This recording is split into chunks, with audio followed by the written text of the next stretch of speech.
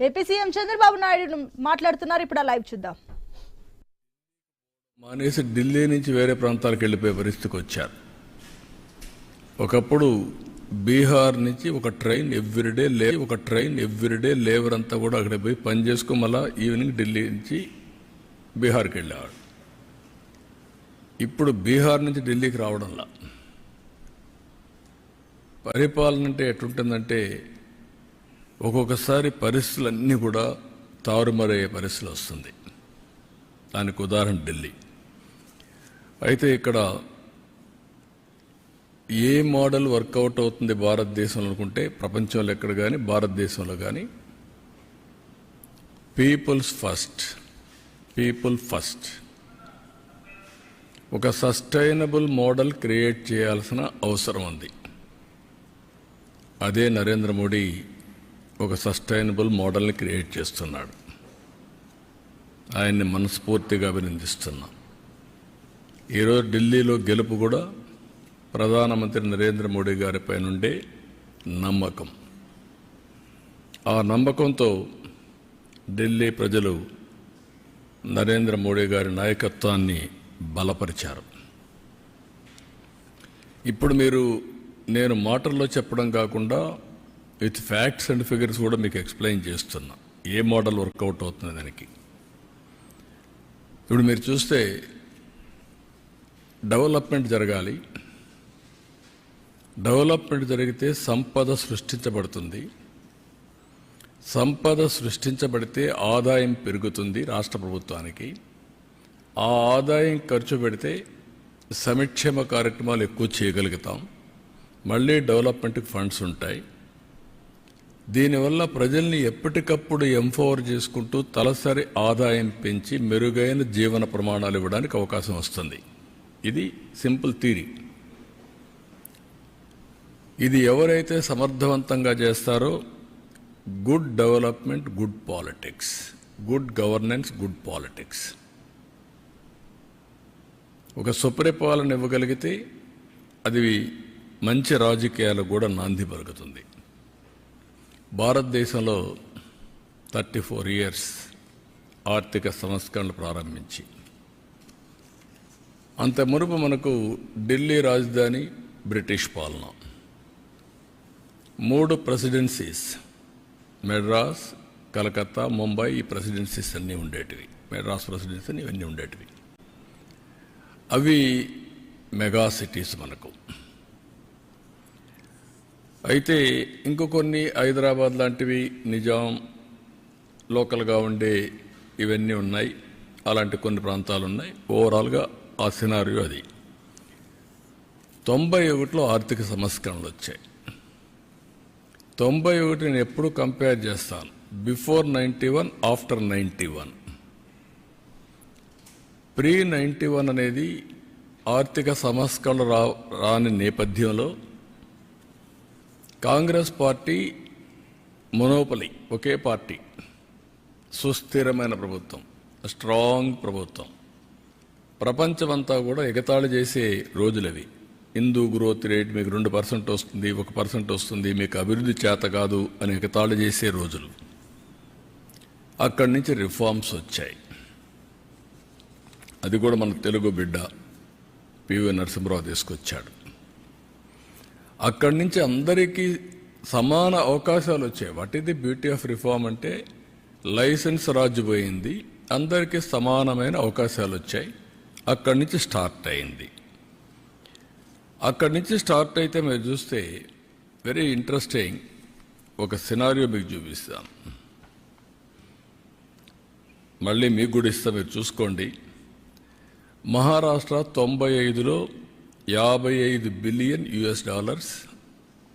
GSTP. అది $490 billion అయింది. అంటే 9 టైమ్స్ గ్రో అయింది. 95కు 2024కి 9 టైమ్స్ గ్రో అయింది. $3,500 పర్ క్యాపిటల్ ఇన్కమ్. ఇప్పుడు గుజరాత్ 24 బిలియన్ అది $370 బిలియన్ పెరిగింది. అంటే 15 సార్లు పెరిగింది. వాళ్ళ తలసరి ఆదాయం $4,500.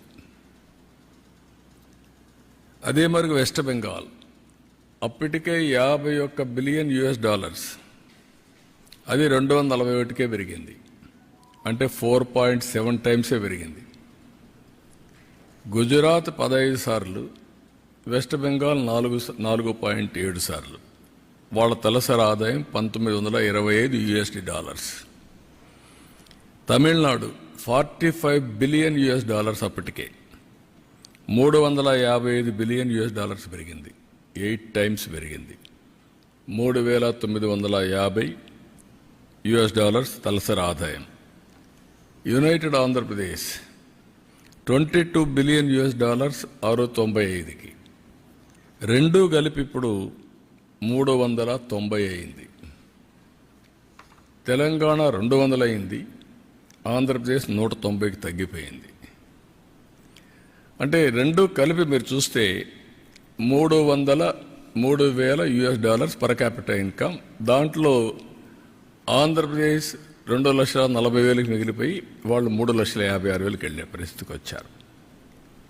Difference of governance I'm comparing year. Karnataka $43 billion, $290 now billion, 7 సార్లే పెరిగింది. తమిళనాడు 8 సార్లు పెరిగింది, కర్ణాటక మనం అనుకుంటున్నాం 7 సార్లే పెరిగింది, ఆంధ్రప్రదేశ్ 12 సార్లు పెరిగింది. ఇది కంబైన్డ్ ఆంధ్రప్రదేశ్ చూస్తే. అదే గుజరాత్ 15 సార్లు పెరిగింది. దీంతో $4,150 వచ్చింది, పాపులేషన్ తక్కువ ఉంది కాబట్టి. యూపీ $38 బిలియన్ నుంచి $356 బిలియన్ అయింది, 9 సార్లు పెరిగింది, $1,160 పర్ క్యాపిటా, పెద్ద పాపులేషన్. రాజస్థాన్ $33 బిలియన్, అది 175 పెరిగింది, 5 సార్లే పెరిగింది, $2,100 తలసరి ఆదాయం. బీహార్ $7.55 బిలియన్ ఉండేది, 120 అయింది, 16 సార్లు పెరిగింది. కానీ ఇప్పుడు కూడా $750 పర్ క్యాపిటల్ ఇన్కమ్ ఉంది. కేరళ $12.5 బిలియన్ నుంచి $160 బిలియన్ అయింది, 12 టైమ్స్ పెరిగింది, $3,500 పర్ క్యాపిటల్ అయింది. ఆల్ ఇండియా $330 బిలియన్ నుంచి $3,570 బిలియన్ పెరిగింది, ఇది 11 టైమ్స్ పెరిగింది, $2,300 మొత్తం తలసరి ఆదాయం. దీంట్లో మీకు గుర్తుపెట్టుకోవాల్సింది, ఇక్కడ మనం అర్థం చేసుకోవాల్సింది, 95లో ఆర్థిక సంవత్సరంలో వచ్చాయి. ఫస్ట్ మూవర్ అడ్వాంటేజ్ టెక్నాలజీ తీసుకున్నాం. అక్కడి నుంచి అందరూ కూడా టెక్నాలజీ కొంత ముందు తీసుకున్నారు, కొంతమంది వెనకాల తీసుకున్నారు. నాలాంటి వాడు అందిపుచ్చుకొని చాలా ముందుకు వెళ్ళాం. దెన్ డెమోగ్రఫిక్ డివిడెంట్ అందరికీ ఉంది. మనం కొంచెం తొందరపడి పాపులేషన్ కంట్రోల్కి వెళ్ళాం, కొంతమంది పోలేదు, అవన్నీ ఉన్నాయి. కానీ ఇంకా ఎంగేజ్ ఉంది. దెన్ గుడ్ పబ్లిక్ పాలసీస్, అక్కడి నుంచి పోటీ ప్రపంచంలో మంచి పబ్లిక్ పాలసీస్ ఏవైతే తీసుకొచ్చామో, ఒక ఐటీ, ఒక ఇన్ఫ్రాస్ట్రక్చర్ గేమ్ చేంజర్గా మారాయి. వెల్త్ క్రియేషన్ అయింది, ఆపర్చునిటీస్ పెరిగాయి, గ్రోత్ మల్టిప్లైర్ ఎఫెక్ట్లో వెళ్ళిపోయే పరిస్థితికి వచ్చింది. అదే సమయంలో right leader, right time and continuation, it made all the difference. మీరు ఇక్కడ చూస్తే గుజరాత్ 15 సార్లు అందరికంటే హైయెస్ట్ పెరిగింది. ఈరోజు $4,500 వెళ్ళిపోయారు వాళ్ళు. వై? అంత మునుపున్న ముంబై, కలకత్తా, చెన్నైని డామినేట్ చేసి ముందుకెళ్ళారు. రెండోది టెక్నాలజీ హబ్స్ అయినటువంటి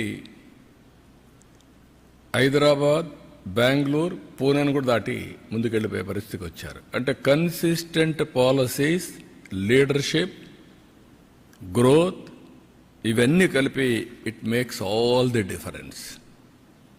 అందుకే మీరు చూస్తే వెస్ట్ బెంగాల్ 51 బిలియన్ US$ ఉండేది, గుజరాత్ 24 ఉండేది. ఇది రివర్స్ అయిపోయింది. 370 గుజరాత్, 241 వెస్ట్ బెంగాల్. సేమ్ మనుషులు, సేమ్ నీళ్లు ఉన్నాయి, సేమ్ అవకాశాలు, సేమ్ రిఫార్మ్స్. ఇవన్నీ కూడా మనం గుర్తుపెట్టుకోవాల్సింది. ఒక లీడర్ కానీ కరెక్ట్గా ప్లాన్ చేస్తే ఏం జరుగుతుందో ఇది ఒక ఎగ్జాంపుల్స్. ఇవన్నీ నేను అందుకే చాలాసార్లు చెప్పాను, భారతదేశానికి రైట్ టైంలో రైట్ లీడర్ నరేంద్ర మోడీజీ. కొంతమందికి ఇష్టమున్నా లేకపోయినా it is the right momentum. అలాంటి లీడర్షిప్ని ఇప్పుడు ఢిల్లీ కూడా ప్రజలు మళ్ళీ ఓట్లేసి గెలిపించారు. ఈ ప్రాసెస్ ఏంటని మన ప్రజలందరూ అర్థం చేసుకోవాల్సింది. కొంతమంది కరప్షన్లో ఇన్వాల్వ్ అవుతారు.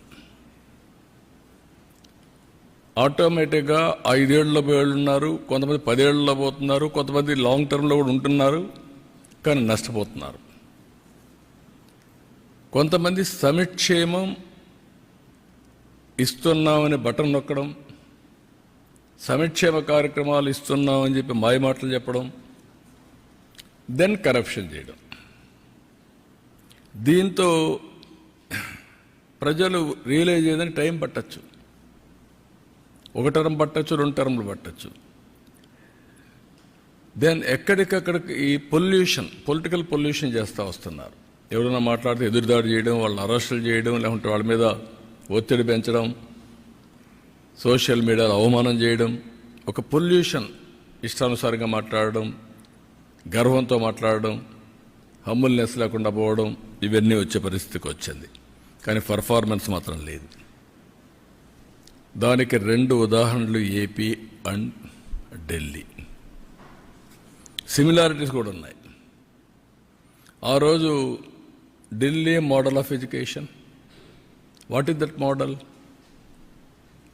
నేను బాగా చదువు చెప్పిస్తున్నా, ఓకే.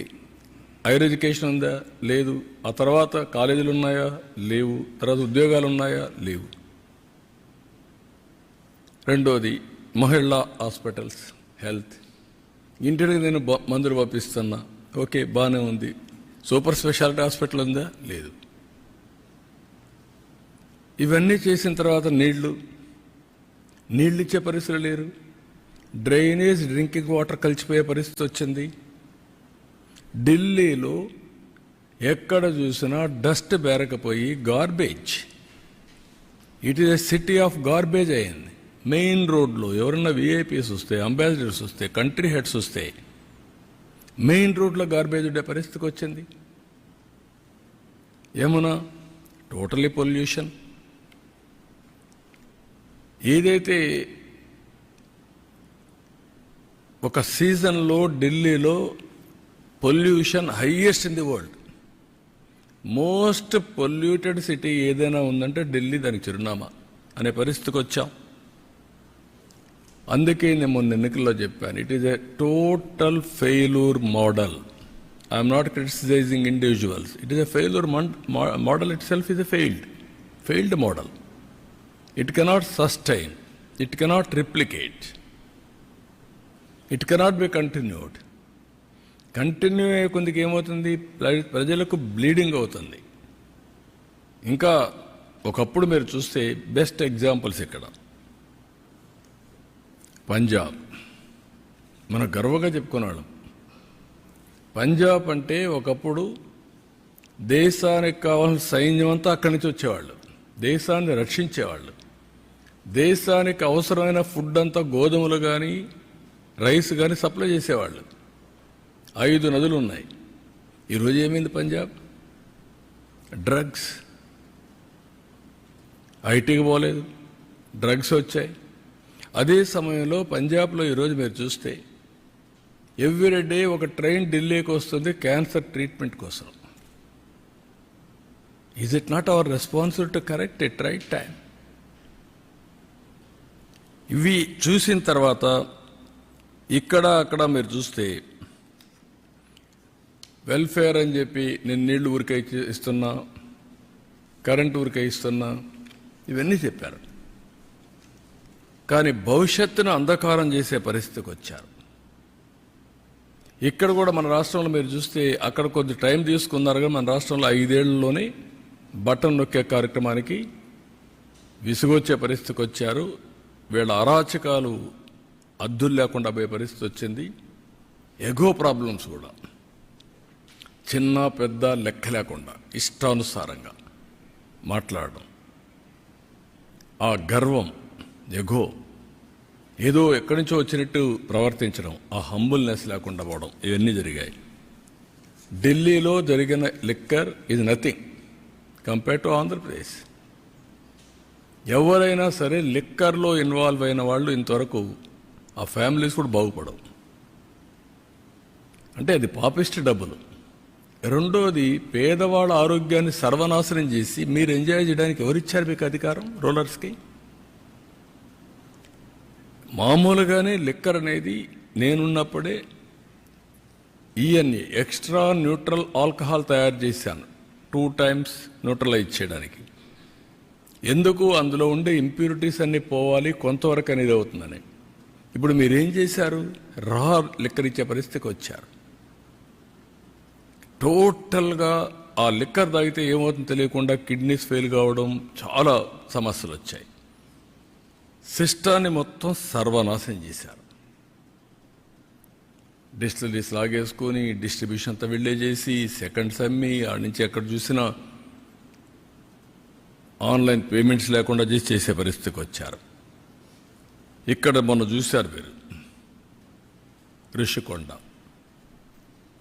దేవతలు అక్కడ ఇది చేశారు, మెడిటేషన్ చేసి అక్కడంతా నివసించిన ప్రదేశం మనం చెప్పుకుంటే ఆ ప్రదేశంలో పోయి ప్యాలెస్ కట్టుకోవాలని, ప్యాలెస్ కట్టి నేను బ్రహ్మాండమైన ప్యాలెస్లు కట్టానని చెప్పుకునే పరిస్థితికి వచ్చారు.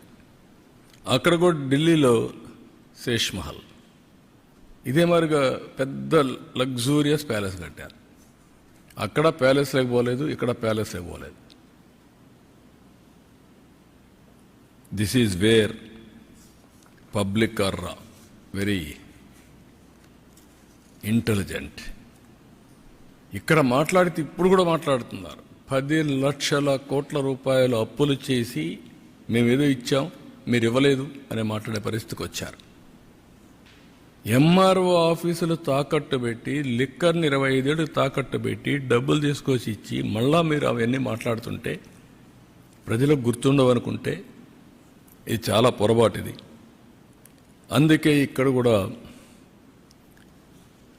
బటన్ నొక్కే కార్యక్రమం సక్సెస్ కాలేదు. ఢిల్లీలో కూడా ఏవైతే ఫెయిల్డ్ మోడల్స్ ఉన్నాయో ఆ మోడల్స్ కూడా ప్రజలు ఆమోదయోగ్యం చెప్పలేదు. 27 ఇయర్స్కి ఆ ప్రభుత్వాన్ని పంపించి చేసే పరిస్థితికి వచ్చారు. కానీ బాధ ఏంటంటే నేను ముందు ఒక డేటా మీకు చూపించాను. ఈ డేటా ప్రకారం ఏం జరిగింది అని చూస్తే యాస్పిరేషన్స్ ఆఫ్ పీపుల్ టోటల్గా ఆవిరైపోయినాయి.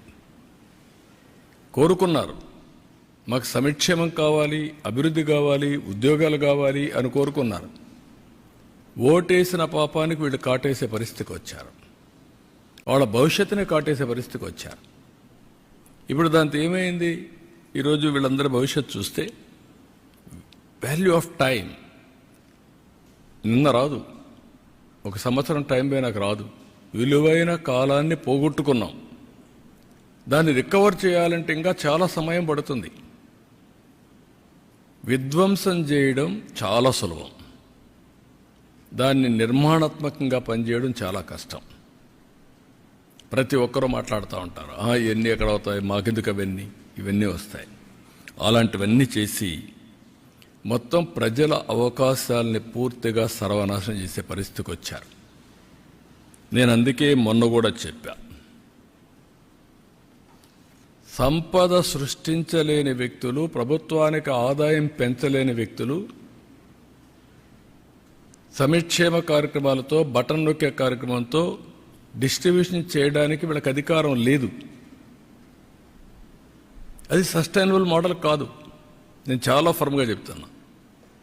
You create wealth, you concentrate development, you spend money on welfare and empowerment. కంటిన్యూగా చేయండి. వాళ్ళ పర్ క్యాపిటా ఇన్కమ్ పెంచండి, వాళ్ళ జీవన ప్రమాణాలు పెంచండి. ఆ మోడలే సస్టైన్ అవుతుంది. అయితే ఓసారి ఇండియన్ డెమోక్రసీలో ప్రజలు చాలా ఇంటెలిజెంట్. భారతదేశం యొక్క విశిష్టత మనం చూస్తే ప్రతి ఒక్కడికి ఒకే ఓటు ఉంటుంది. ఓటేసినాక 5 ఏళ్ళు భరించాల్సి వస్తుంది. 5 ఏళ్ళ తర్వాత చరిత్ర తిరగ రాస్తూ ఉంటారు. కొన్ని దగ్గర 10 ఏళ్ళు కూడా పడతా ఉంది. అయితే ఇది చూసినప్పుడు కులాల పేరుతో, మతాల పేరుతో, ప్రాంతాల పేరుతో కొంతమంది మోసపోయే పరిస్థితులు కూడా ఉంటారు. ఏది జరిగినా నష్టం మాత్రం వాళ్ళకే ఉంటుంది. అందుకే నేను చూశాను ఈరోజు చెప్పింది, కామన్ సెన్స్ అయితే మాత్రం భారతదేశంలో ఓటర్కి అబండెంట్ కామన్ సెన్స్ ఉంది. మంచి అని చెప్పే మనస్తత్వం ఉంటుంది. ఒక్కోసారి మోసపోయినప్పుడు మళ్ళీ దానికి అవకాశం కోసం సెర్చ్ చేసే పరిస్థితికి వస్తారు. అదే ఢిల్లీలో జరిగింది, అదే ఆంధ్రప్రదేశ్లో జరిగింది. ఈ మిస్లీడింగ్ వల్ల చాలా కాస్ట్ అవుతుంది. ఒకసారి ఇదైపోయిన తర్వాత మళ్ళీ దాని నుంచి తప్పించుకోవాలంటే చాలా సమయం పడుతుంది. వీళ్ళు ఎప్పటికప్పుడు ఎలాంటి విష ప్రచారాలు అంటారా, లేకుంటే పొలిటికల్ పొల్యూషన్ అంటారా, ఏదన్నా కానీ ఇది చాలా డేంజర్ ఫర్ ది నేషన్. సమాజానికే పెద్ద ప్రమాదం. అందుకే 35 సంవత్సరాలు, 30 ఏళ్ళు ఆల్ డేటా ఈజ్ అవైలబుల్. ఎప్పుడు ఎవరు పరిపాలించారో కూడా అవైలబుల్, బ్లాక్ అండ్ వైట్. ఇది డిబేట్ జరగాల్సిన అవసరం ఉంది దేశాల్లో. ఎవరి పాలసీలు ఏం తీసుకొచ్చాం, ఆ పాలసీల వల్ల ప్రజల జీవితాల్లో ఏ విధంగా ప్రభావితం చేశాయి, దీనివల్ల సస్టైనబిలిటీ వచ్చిందా, డిట్రియేషన్ వచ్చిందా, డిస్ట్రక్షన్ జరిగిందా, వాళ్ళ జీవితాలు సర్వనాశనమైనాయా, అవకాశాలు పోగొట్టుకున్నది కూడా చర్చ జరగాల్సిన అవసరం ఉంది. ఆ చర్చ ఈ 30 ఏళ్ళుగా జరిగితే ఈచ్ పొలిటికల్ పార్టీ కాంట్రిబ్యూషన్ వాళ్ళ స్టేక్ హోల్డర్స్కి, నా కాంట్రిబ్యూషన్ ఏంటి ఆంధ్రప్రదేశ్కి, లేకుంటే ఇంకొక ఆయన వచ్చిన 5 ఏళ్ళు ఆయన కాంట్రిబ్యూషన్ ఏంటి, ఇంకొక ఆయన 10 ఏళ్ళు ఉంటే ఆయన కాంట్రిబ్యూషన్ ఏంటి, ఏం జరిగింది, ఇవన్నీ చర్చ జరగాల్సిన అవసరం ఉంది.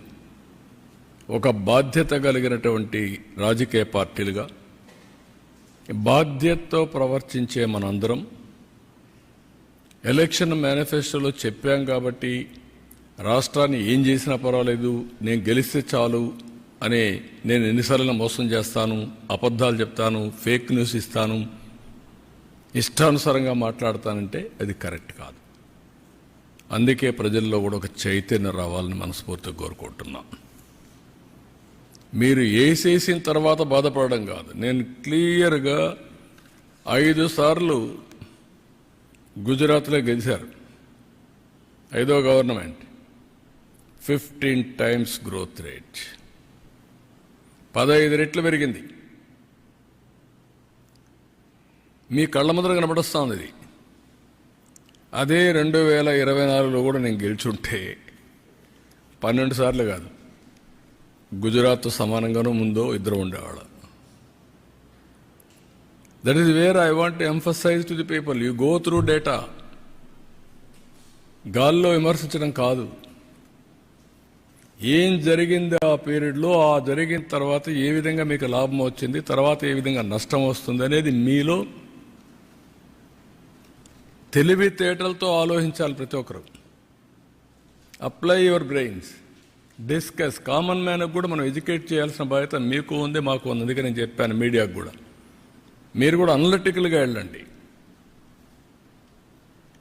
ఒక చరిత్రలో ఒకప్పుడు తీసుకున్న నిర్ణయాల ప్రభావం ఇప్పుడు ఎట్లుంది, ఈరోజు తీసుకునే నిర్ణయాల వల్ల రేపు భవిష్యత్తులో ఏముంటుంది. ఈరోజు నరేంద్ర మోడీ గారు విజన్ 2047 వికసిత్ భారత్ తీసుకున్నారు. నేను వికసిత్ భారత్కు అనుసంధానం చేసుకుంటూ స్వర్ణ ఆంధ్రప్రదేశ్ తీసుకున్నా. నేను అంబిషియస్ ప్లాన్ పెట్టుకున్నాను. $2.4 ట్రిలియన్ 2047కి తయారు కావాలని. దీనికి 42,000 తలసరి ఆదాయం. ఆ రోజు డాలర్ ఎంత రేటు ఉంటుంది వస్తుంది. ఈరోజు 3,200 ఆ ప్రాంతంలో ఉన్నాం. గవర్నమెంట్ దీనికి 14 నుంచి 15% గ్రోత్ రేట్ రావాలి. ఆంధ్రప్రదేశ్లో 15% రావాలి. పోయిన 5 సంవత్సరాలు తెలుగుదేశం పార్టీ హయాంలో 13.5 వచ్చాం. వీళ్ళు వచ్చిన తర్వాత 10కి తగ్గిపోయారు. 10.23 వచ్చే పరిస్థితి 1.5 వచ్చారు. 3% కంటే ఎక్కువ డిఫరెన్స్ ఉంది. ఆ 3% ఎంత వేరియేషన్ వస్తుందో CAGR మీకు ఎక్స్ప్లెయిన్ చేశాను నేను. కన్సిస్టెంట్గా 15% పెరిగితే డబల్ ది గ్రోత్ రేట్, అంటే రెండింతలు గ్రోత్ కానీ పెరగగలిగితే 4.5 రెట్లు పర్ క్యాపిటల్ ఇన్కమ్ పెరుగుతుంది. మామూలు వచ్చేదానికంటే GSTP పెరుగుతుంది. ఇది చాలామందికి ఇప్పుడు అర్థం కాదు, కానీ ఫీల్ గుడ్ ఫ్యాక్టర్ ఉంటుంది. అందుకే మీరు చూస్తే నన్ను అరెస్ట్ చేసినప్పుడు 60 దేశాల్లో డెమాన్స్ట్రేట్ చేశారు తప్పని. రాష్ట్రంలో డెమాన్స్ట్రేట్ చేశారు, హైదరాబాద్లో డెమాన్స్ట్రేట్ చేశారు. ఎప్పుడు నేను మర్చిపోలేను. హైదరాబాద్లో ఎవరైతే అణిచివేయాలని ప్రయత్నం చేస్తే చేతులు కాల్చుకున్న పరిస్థితికి వచ్చారు. అంటే రైట్ని రైట్గా ప్రజలు ఆమోదించే పరిస్థితికి వచ్చారు. అదే ఈరోజు మీరు చూస్తే ఢిల్లీ చూశారు, ఎండార్స్ చేశారు. Difference is that. ఎప్పటికప్పుడు నేను అందుకని ప్రజల్ని ఒక సీనియర్ నాయకుడిగా నేను అందరికంటే, ఎందుకంటే 70 నుంచి రాజకీయాలు చూశాను. At the helm of affairs 82-83 నుంచి ఉన్నా. I have seen so many governments, so many public policies, pre-economic reforms, post-economic reforms చూసా, టెక్నాలజీ చూసా, టెక్నాలజీ అడాప్ట్ చేసుకున్నా, అమలు చేశా. ఈరోజు అనేక సంక్షోభాలు చూసా, అవకాశాలు చూసా. ఈరోజు నేను ఒకటే అప్పీల్ చేస్తున్న ప్రజలకి, great nation, great opportunity. Delhi is the best example. Right time, right leader. నేను ఏదైతే ఇంతవరకు కూడా చెప్పానో అది నరేంద్ర మోడీ. అందరంగానే అన్డివైడ్ అటెన్షన్తో ముందుకు పోతే India will become number 1 or 2 by 2047. ప్రపంచంలో Indians will be number 1. There is no second thought. That is the leadership we're having. అందులో నా స్వార్థం ఏంటంటే, అటు కేంద్రం ఇటు రాష్ట్రంలో డబుల్ ఇంజన్ సర్కార్, 2 ప్రభుత్వాలు ఉంటే గ్రోత్ కూడా డబుల్ డిజిట్ గ్రోత్ ఉంటుంది. ఢిల్లీలో నేను చూశాను ప్రాక్టికల్గా. ఆయుష్మాన్ భారత్కి వచ్చే డబ్బులు ఉపయోగించుకోవాలా, సెంట్రల్ గవర్నమెంట్ స్కీమ్స్ ఉపయోగించుకోవాలి. ఉపయోగించుకుంటే కేంద్రానికి క్రెడిట్ వస్తుందని ఉపయోగించుకోకుండా చేసి ప్రజలకు అన్యాయం చేసే పరిస్థితికి వచ్చారు. అదే ఎగో ప్రాబ్లం అంటాం. అలాంటివి ఇది చేసినప్పుడు సమస్య వస్తుంది. అందుకే నేను ఆలోచించేది, నరేంద్ర మోడీ గారు ప్రపంచంలో భారతీయులు నెంబర్ 1 చేస్తే నేను తెలుగు జాతిని ప్రపంచంలో నెంబర్ 1 చేయాలనుకుంటున్నా. అది నా స్వార్థం. హైయెస్ట్ పర్ క్యాపిటల్ ఇన్కమ్ ఇండియాలో ఇండియన్స్ వస్తే, మొత్తం ప్రపంచంలో మనం వస్తే హైయెస్ట్ పర్ క్యాపిటల్ తెలుగు వరకు ఉండాలని నా కోరిక.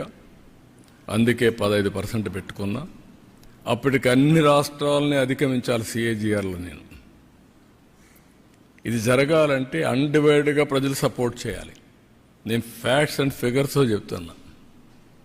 విమర్శించే వాళ్ళు ఎప్పుడూ విమర్శిస్తారు.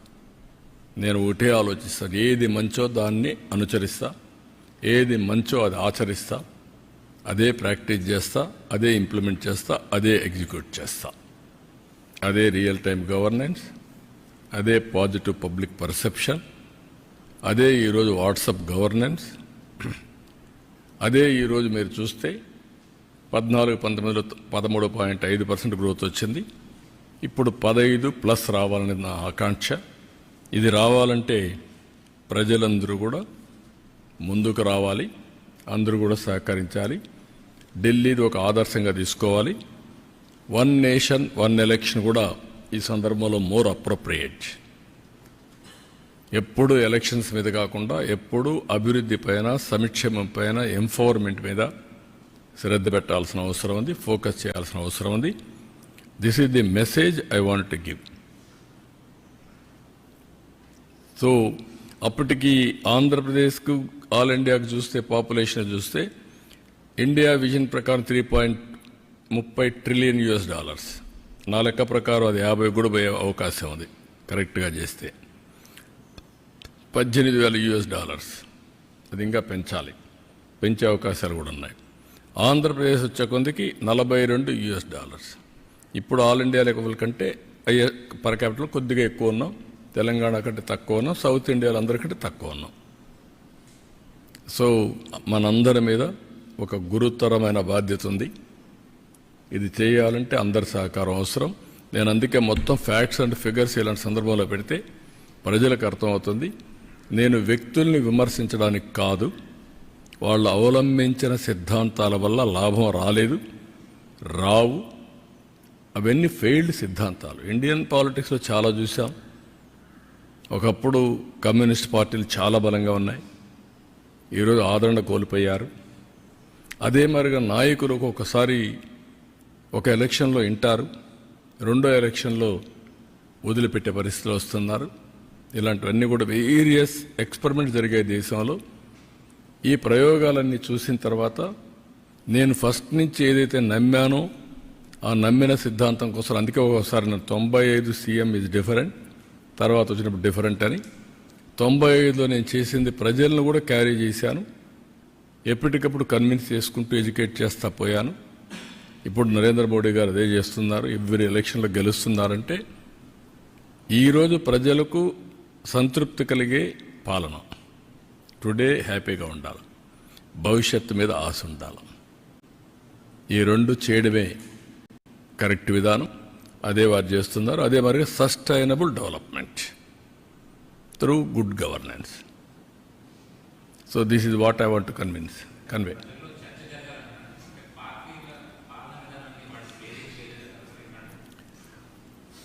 ఇప్పుడు మీరున్నారు, మీరు ఎంత ఇంటలెక్చువల్స్ కదా, అప్పుడప్పుడు రాస్తున్నారు తప్ప ఇది ఒక బాధ్యతతో ప్రజల్లో చైతన్యం తేవాలి అనే ఒక అవేర్నెస్ కార్యక్రమం చేయలేకపోయాం కదా. మనం అందరం ప్రాధాన్యత క్రమంలో వెళ్ళిపోతూ ఉంటాం.